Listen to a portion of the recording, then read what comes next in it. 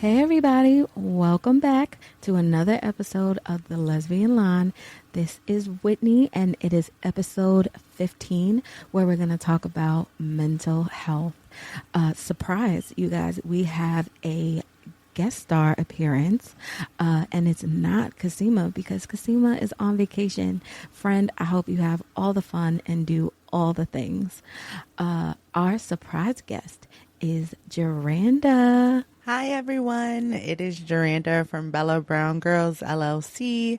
We are a social and emotional support group for melanin women. Follow us at Bella Brown Girls. We are inclusive. We want you to know, just follow us for events. We support one-on-one therapy. We also do all resources in the New York City area. We also support New Jersey, and our Bella boxes are traveling around the world. They're self-care boxes for melanin women.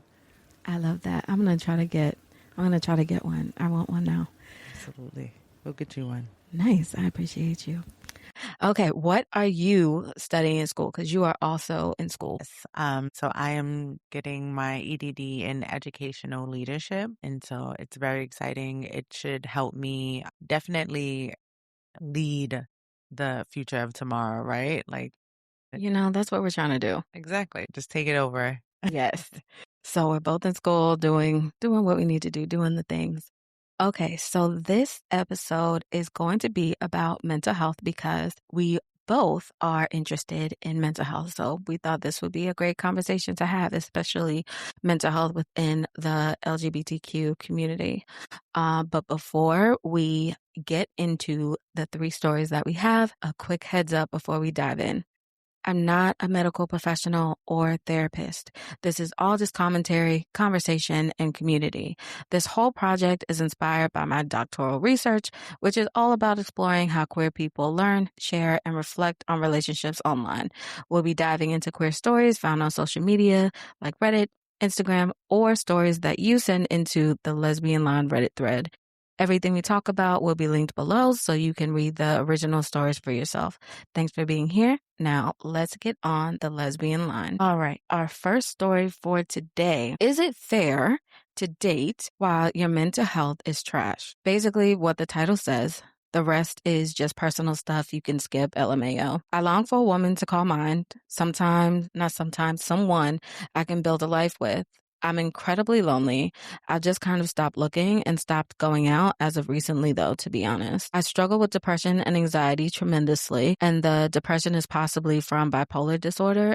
I would get that checked before you want to put a sticker on yourself. I guess I don't want to burden anyone else with my BS. I've got it mostly under control. I work full time, have a car, don't do drugs about it. I take THC edibles for chronic pain. I've got a few good friends. I have hobbies, and yet I don't know. I get big sad a lot, and I have a hard time leaving my house or doing anything at times. My house is another thing, too.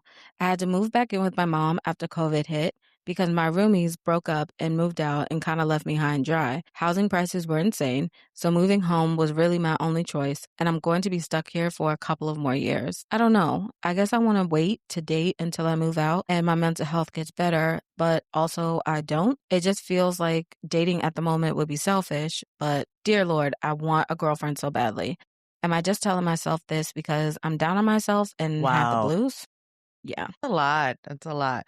Well, first of all, selfish plug. I'll definitely say Bella Brown Girls, which is my business. It's a social and emotional support group for melanin women. And so we support you in all stages. And so wanting a girlfriend is definitely we won't say it's a need, right? Like it's a want. Yeah, it's a desire. But I would also say one of the biggest things that I tell people that I interact with on a daily basis is like, don't be selfish. You have to pour. So in order to be in a relationship, you have to be willing to pour and also be willing to accept the pour. And so this person, because they didn't identify who they were or what they identify as, they want a girlfriend, but they have a lot going on. Do you let them know it up front? Like, hey, you're cute, but don't feel like this is first date information. Right.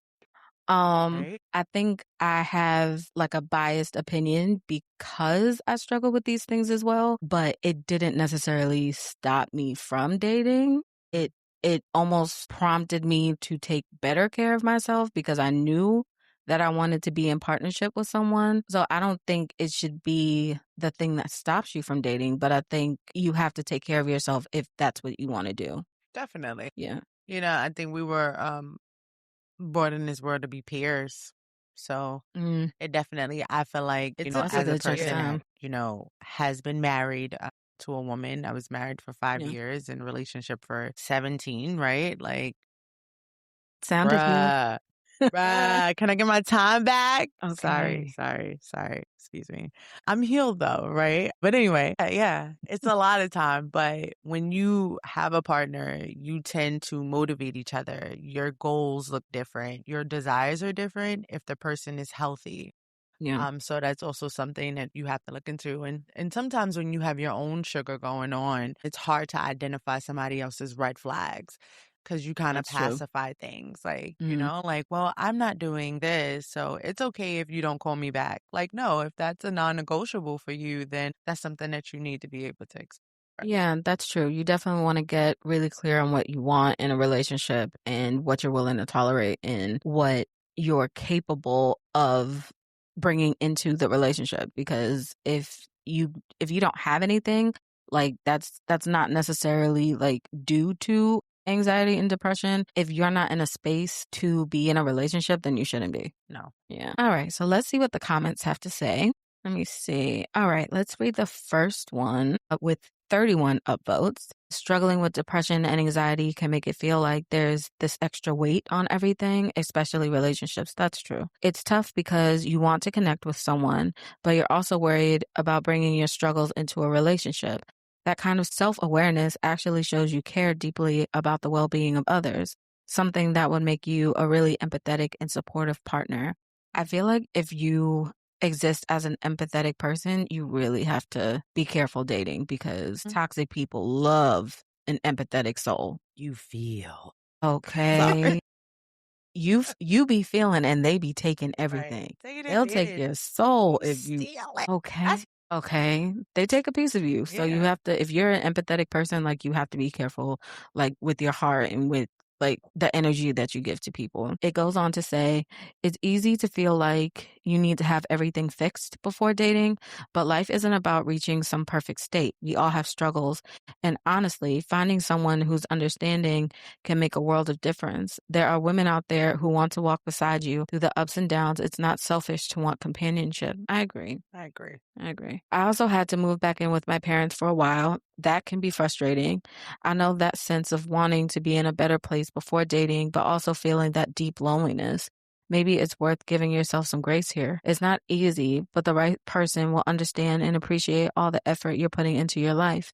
Maybe give yourself permission to take small steps toward dating without the pressure of being perfect first. You deserve to be loved just as you are, and it sounds like you have a lot of love to give in return. Mm. That was sound advice. I like that. Right, I Too. like that too. Yeah. It's like if you're waiting to be perfect and to have everything in order, like you're going to be waiting a long time. That's not real Yeah. either. And I think too, part of it is that you should be dating like multiple people. Like as you're getting to know yourself, as you're getting to know yourself as a partner, you should be dating other like many people to see, okay, what traits do I like? What traits do I not like? Because if you kind of pigeonhole yourself to one person, it's like you're not really getting a full understanding of Hmm. yourself. You're not getting the full spectrum. Yeah. Yeah. Okay. And the OP, Jane says, commented back. She said, OMG, I'm crying. Thank you so much. This was amazing and exactly what I've been needing to hear. IDKY, I expect myself to be perfect because socialization. Mm. Because we're supposed to be perfect and pretty and just smiling on command. Like, who invented that? That's ridiculous. I would never expect that of someone else. I don't quite think I realized I was being a perfectionist either, so thank you. I'm so glad I made this post because I was very hesitant to. I can understand that. As many Reddit stories as I've read on here, I made one Reddit post ever. No, What? two. One was they ripped me a new booty hole. Yeah, it was bad. I was like, I'm never gonna do this again. And then I made one more, and that was neutral. Okay. Um, but no, I Mm-mm. So I can understand how she was like nervous to post it. I really feel like I can move forward and finally build a life with someone. I'm sure it won't happen all at once, of course, but I can at least start dating. Yay. Yeah. I hope they have a little, little thing Soon, now. I hope soon. they're going out on dates and You stuff. deserve love. It's true. And it's like just because you're dating, it doesn't mean that like you have to secure a girlfriend immediately. Like I know sometimes with us, okay, sometimes with Listen, us. listen. My girlfriend Okay. waited, I felt like we waited 6 months. We talked, dated, Okay. courted, and then finally it was just like, all right, you want to be my girlfriend? And I'm not gonna lie, I felt like it was forever. As Okay. like a seasoned lesbian, I was just like, bruh, do she really even like me? Also, I was married, right? That makes it so much more awkward. Yeah. Okay. I want to know so much. We're gonna have to bring Miranda back so that because okay, it'll have to be a different kind of episode, maybe a breakup episode Yeah. or a long-term marriage episode. I'm I down for whatever. I will okay. definitely. I think people need it. People need to have these conversations, Yes. right? Like people see us just sorry to like, deflect. But just as lesbians, like people feel like we move on or we kind of like we just move forward and quickly or we don't, right? They Mm-hmm. they just see the ending. They don't see the work. They Yeah. don't see the yes, the no's, the rights, the lefts that you have to make. And so like Mm-hmm. we need to kind of dissect and be real with each other. It's true. Okay, so our next story, a very short, very sweet mental health aspect of questioning sexual orientation. For those that have been through this, did you struggle with your mental health while questioning? Does it get better? I have panic attacks, and I'm also wondering if you did experience this, did you explore meds? I go through a roller coaster of emotions. Sometimes I'm optimistic, and other times full blown panic. You poor baby. Hmm. Okay. Well, first of all, we already said in the beginning, we are not licensed. Oh, However, if you need the meds, take the meds. yeah. Definitely Yeah. explore that. I respect that. Hmm. And full on panic, that's not a way to live. And that's not fair. No, because it'll stop your daily life, and that's not fair to you. Again, this is just my experience. This is the way that I'm viewing it through, this journey that I've been on. I was on meds for a while.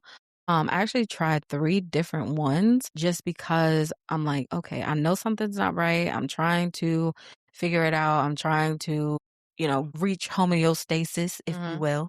And it wasn't working. So as much as I didn't want to take them from personally not wanting to take them, but also from a cultural standpoint, Black people get very funny about taking meds. Mm-hmm. Um, I decided to do it, and it just happened not to work for me. One made me really aggressive. Another one just the side effects were crazy. So I ended up not doing it. But I also realized, okay, I need something. Okay. So I ended up going to therapy and just weekly therapy for a long time, and that ended up helping. But for anyone else that's considering meds, I would say just try it. Just try it and see how you feel. It may work for you, it may not. But also don't expect it to work immediately. It takes weeks to get into your system. Then they have to find the right measurements, and it's a whole science behind it. So you have to give yourself, grace. With that being said, I think with this person, the panic attacks could be drawn from not being honest. When you are not honest, especially as a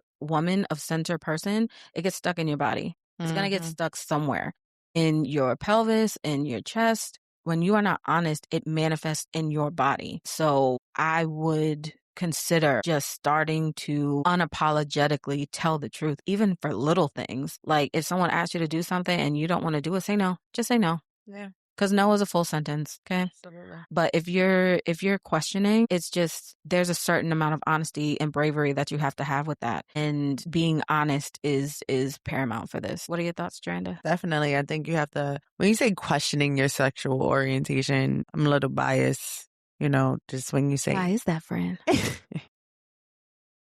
I just feel like we live in a world where there are a lot of things that are okay, right? And like we've been friends for a very long time. We So, have since high school. there were things that just weren't accepted. And I remember back in the day, like even when we did have girlfriends or did have partners, like there was a selective few. There were like a group of us, like we Yes. were the gays, in a sense. Like, yeah, I was in the political field, so I kind of like swarmed around, but I was always back to my core group. And so when people say they're questioning their sexuality or questioning their sexual orientation, it's just like, bruh, it's no question. Just walk in the light, right? Like just walk in a room and just decide. Like you don't have to put a label on it. And I think the anxiety and the pressure is coming from within, right? Like you're creating that storm within yourself.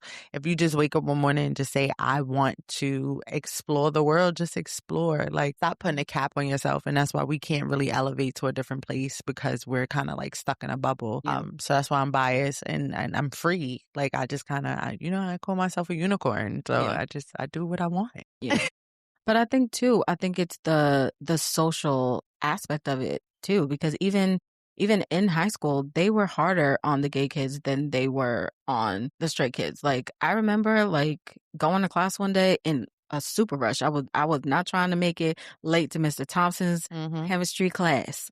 Okay. And I quickly, like so quickly kissed my girlfriend, like, oh, I'll see you later, quick little thing. Next thing I know, I'm in the principal's office getting fussed out over something that I had seen other people do with no problem. Right. It was crazy. So I can understand like why they're feeling like stress and like pressure over it. But it's like you get to a point where you have to be truthful with yourself. It's like the rest of us are one thing, but you have to tell the truth to yourself. And that's where that panic come within, right? It's just like being your whole self, true to your whole self. Yeah. So let's read what the comments say. Whoa. Let's see. Okay. Violent Pony Killer. I love that name. You are not alone. I have panic attacks and I have a lot of anxiety and depression from this.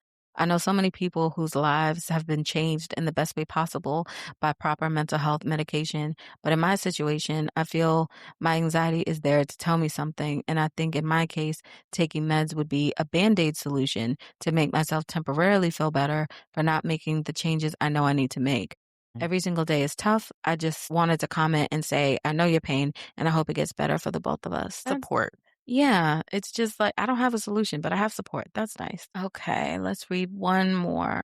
It's literally me says, it was so, so, so hard for me. I lost my entire family of origin as well as my in-laws who had been my family for over a decade and a half, as well as every single friend I had. My mother is still actively fighting against me with my ex to get him full custody of our children. I've never been so lonely, but I've also never had so much inner peace as I have now, knowing I never have to live a lie as a shell of myself ever again. Sending you love and strength and a big hug if you'd like it.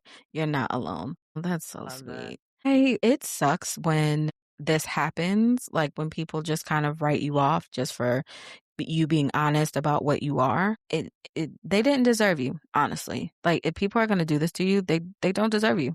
They don't. No, not at all. Yeah, and you can always choose your family like retroactively. Like no, like you can start fresh. You're not in the ground yet. Like you can start over, you can start fresh. You can get, you can surround yourself with people that love you. Absolutely. That's crazy. There's always somebody that will love you and be understanding to your circumstance.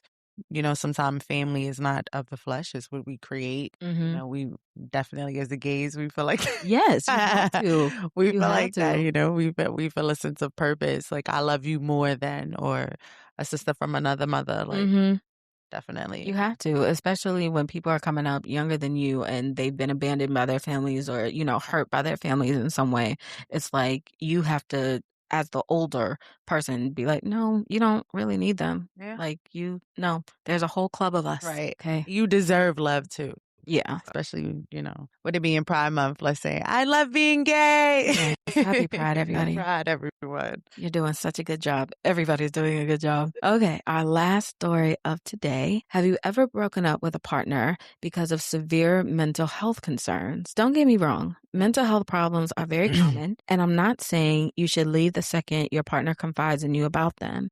but I'm talking about debilitating anxiety and depression where someone can barely leave the house and socialize. I used to have a partner that could not drive anywhere because of a driving phobia and couldn't go in public places, and it really took a toll on our relationship. I felt a little bit like an a-hole being disappointed in these instances. Does anybody have any experience with this? Ooh, wow. Hmm. Okay. So, I'm big on support and support people and meet people where they are, but you also have to, a big thing nowadays is capacity, right? It's like, do you have the capacity to deal with that? And you have to be, again, you said it earlier, honest with yourself, what you can and cannot deal with. I'm a supportive partner, but I have some non-negotiables. What are they, friend? Oh man. One of my biggest non-negotiables is don't play with my money. And I know it may sound vague, No, but I'm the same way. I don't like yeah, people with my don't money. play with my money. Like I don't mind. And I'm an old school lesbian, so yes, I'm feminine presenting, but I believe in like pouring into my lover. I love women, right? Like so I love Because they're stuff. amazing. Yeah, like I Women are love amazing. studs, AGs, whatever we're calling them today, femmes, but I love to pour into my person. And so, that's a non-negotiable. Don't waste my money. Don't play with my kids, non-negotiable. Those are mine. I birthed both my boys. So they were, planned, created. So don't play with them. They were We love them. accidents. They're beautiful Yeah. boys. And don't make me feel crazy. Yes, God. When you doing something and you ain't got no business doing it, don't make me feel crazy. Just be honest. Like, all right, make me feel better about it. But yeah, those are mine. Not negotiable. But no, okay. There is nothing wrong with a person that has anxiety and depression. If that is what you have, if that is what you struggle with, then there's nothing wrong with that. The problem comes in when you agree to be with this person, you marry this person, you agree to date this person, and you have that information and decide to keep dating them anyway. I think some honesty here would help because you can be honest and say, we are not compatible in the ways that we want to live life. You should consider being with a person that also likes to stay in the house, that also doesn't drive. If you would like to be with a partner that is adventurous, that likes to drive, maybe you want a person to go to the club with you or to go on planes with you. I remember I dated someone that refused to get on planes. I love to travel. Yeah. So that was very difficult for me. So it's like finding the person that you're compatible with. Like the depression and anxiety it's not something that you want to have, but it's not the villainized like aspect here. The thing to be worried about is your compatibility Right. because it doesn't sound like you're You're not beating compatible. at beating on the same drum, sorry, or, dancing Yeah. to the same music. Is that Yeah. All what right. did the comments say? We're going to go right to those comments. Do you want to read the first one? Helena? Uh-huh. All right, sure. My wife of 10 plus years and I recently separated, and she is diagnosed PTSD. Our relationship has always been tricky, pretty much throughout, with various issues along the way, not necessarily with us, but awful things that happened to my wife. It wasn't until a couple of years ago, though, that she started having flashbacks of hugely traumatic events that happened about 5 years before we met. She had several mental breakdowns and has been in therapy for 2 to 3 years now and doing much better. It is not the only reason we broke up. In fact, she broke it off with me since we really just cannot support each other in the way we both need. She is incredibly distant for obvious reasons, and over the years, I've gone from secure to anxious. What she has been through has made me sacrifice more and more of my own boundaries and sense of self in some cases in order to keep things running okay between us. However, I have also picked up some toxic behaviors of my own and am also in therapy to work on those. Mental health issues suck. The ripples that emanate from something like a trauma, if left unchecked, carry on going for years, sometimes decades. It is our responsibilities as adults to seek treatment if we can and try and engage in safer, kinder behaviors. Okay. Yeah. But to the next one, you want to delve into that comment? Yeah, we can delve into that. I think that there was some truth in there. Like when you're with a person that you're not compatible with and you pick up toxic behaviors, that is so true. Mm-hmm. That is so true. Facts. Yeah. Facts. To just what you call it, to delve in a little bit. I was diagnosed with PTSD while I was married, and I felt like the support that I got from my wife was not comparable in the dating field, if that makes sense. Like, Are you saying it decreased? definitely decreased. You have to know a person in order to support them. Yes. So we have to kind of go back there. And so, Helena kind of hit home when she's like, you pick up some toxic traits. Mhm. You both do. So whether or not you know it, just as partners and living in the same house or being in a relationship, you begin to be like your person in a sense. And so Mhm. you have to also step back and look in the mirror. And so as you're supporting others, you have to also support yourself. Yeah. I definitely feel like the more you date someone, the more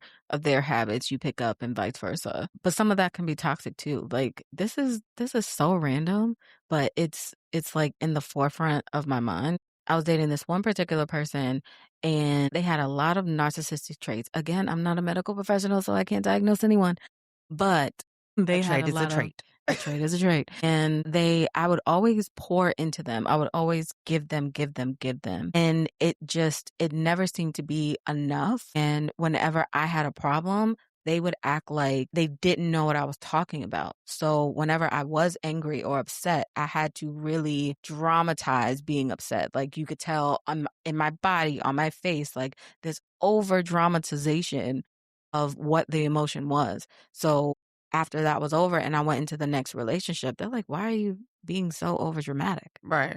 I'm like, "Oh, sorry." Right. Because you pick up, different things from different people. And it's like it wasn't something that I was consciously aware of, but apparently I was being real dramatic anytime I was upset. Mm-hmm. Yeah. So it's true. I agree. Okay. All right. So that was our last story for today. And now it is time for our Queer Corner, where we put you onto queer books, movies, and TV shows so that you can keep the conversation going, keep learning, and keep it a little more queer in your everyday lives. Okay, so the book that we are suggesting is Darius the Great is Not Okay. It's written by Adib Karam. Darius the Great is Not Okay follows Darius Kellner, a Persian American teenager struggling with depression, isolation, and the feeling that he never fully fits in anywhere. While the book centers on a gay main character, it's really about mental health, family expectations, masculinity, and learning how to connect with people honestly. What makes it powerful is how normal and human the depression feels. It's not dramatized into a movie version breakdown. Instead, it shows the quiet exhaustion, self doubt, and loneliness that a lot of people experience but struggle to explain out loud. Warm, funny, emotional, and deeply comforting.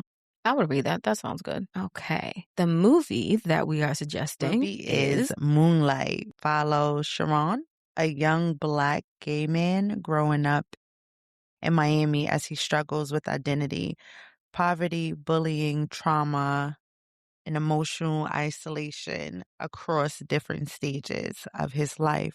The film doesn't directly label everything as mental health, but you can feel the depression, anxiety, shame, and emotional shutdown underneath almost every scene. That sounds intense. it's a good movie. I've seen it. It's a good I'm movie. gonna watch it Yeah. actually right after this. Like the main character, he has this like the most like dark chocolatey skin. Like that's part of the movie. Like his skin tone, they make it almost like a character. It's so good. Not the chocolatey skin. Love it though. Well, okay, let me finish reading about it. It's Yeah. about what happens when someone spends years trying to survive without ever truly feeling safe enough to be vulnerable. Quiet, heartbreaking, and beautifully filmed, Moonlight became one of the most important queer films of the last decade because of how honestly it portrays pain, tenderness, and survival. I'm definitely watching this after. Nice. It's a little heavy, so watch something funny afterwards. Okay, got Okay. it. And the TV show that we're suggesting is Feel Good. Feel Good is a dark comedy drama created by comedian Mae Martin, who also stars as a version of themselves navigating addiction recovery, anxiety, relationships, identity, and emotional dependency. The show follows May's relationship with George, a woman who is still figuring out her sexuality, while May struggles with relapse, insecurity, and the fear of not being enough. What makes the series stand out is how honest it is about mental health without turning everything into a lecture.